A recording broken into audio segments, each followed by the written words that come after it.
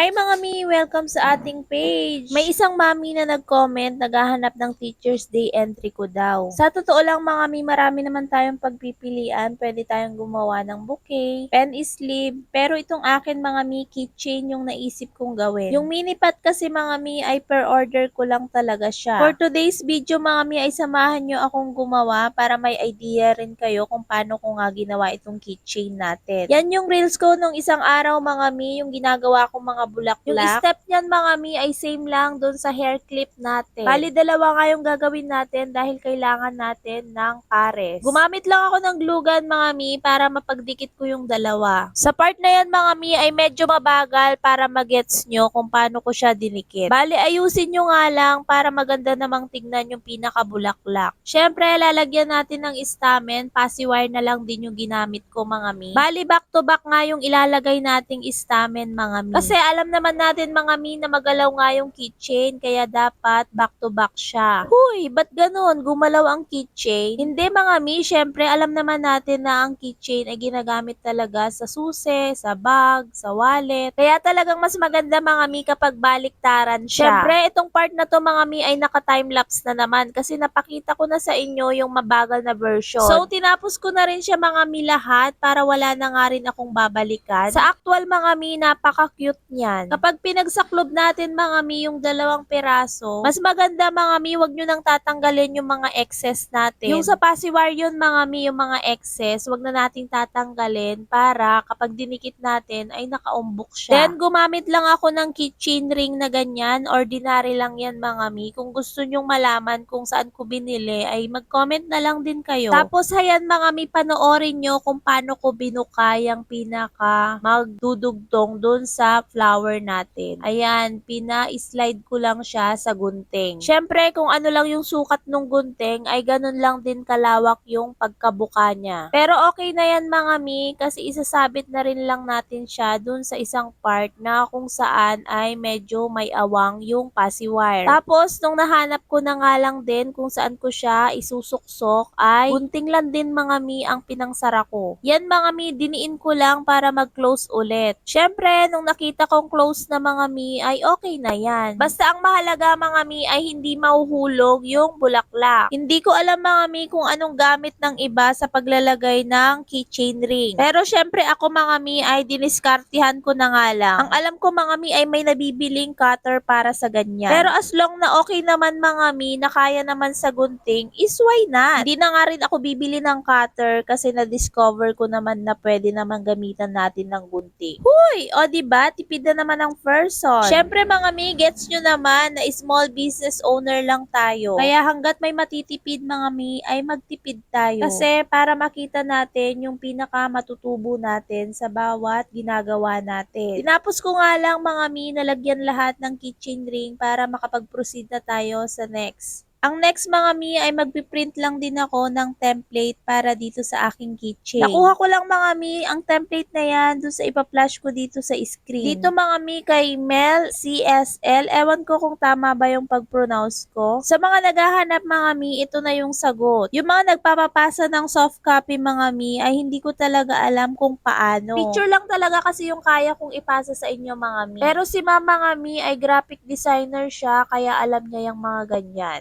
PM nyo na lang siya mga mi kung gusto nyong magpagawa ng logo, mga templates, at magpa-edit ng kung ano-ano. Basta yan yung page niya mga mi, PM nyo lang siya. Itong mga nakikita nyo mga mi ay galing sa kanya yung soft copy niya. Tamang-tama naman mga mi na ito yung naisip kong templates para sa ating mga keychain. Since flower nga itong keychain mga mi ay bagay siya dito sa mga base. Sakto lang din siya mga mi kapag nilagay. Kung paano ko nga nilagay mga mi ay nagbutas lang ako dyan ng 2 butas. Tapos nagputol lang ako ng mga 7 cm na metallic wire dyan. Tapos nakikita nyo naman sa video mga mi kung paano ko siya nilagay. Syempre mga mi ang purpose niyan ay para hindi mahulog yung keychain. Yung talagang nakatapat siya sa base. O diba mga mi ang ganda din ng kinalabasan. Syempre ipa-plastic natin siya mga mi para ganap na talaga itong keychain sleeve natin. Sa cost costing mga mi ay kayo pa rin yung masusunod. Syempre mga mi, iba yung costing ko sa costing nyo kasi yung iba nagpapaprint pa ng templates. Syempre mga mi, mahal din magpaprint. Kaya mga mi, lagi yung isaalang-alang yung mga materials na ginamit nyo. Syempre, tinapos ko lang din malagyan ng mga plastic lahat yan mga mi para maipost ko na nga. At yan nga yung kinalabasan mga mi. Bago matapos itong video mga mi ay magsha-shoutout nga ako ng mga ilan sa ating mga followers. Shoutout kay Honey Lindog, Maria Paulin Pahera, Catherine La Fortesa, Ferry Florentino, Kaylin Torreña, Joanne Saldua, Elizabeth Rico, Senya Lopez, Melanie Verdin, Stronger Than You, kay Miriam Pera, Lorena Vercasa, Aiza Halmute. For now mga mi, ayan lang po muna. Para sa next video ay may ma-shoutout pa tayo.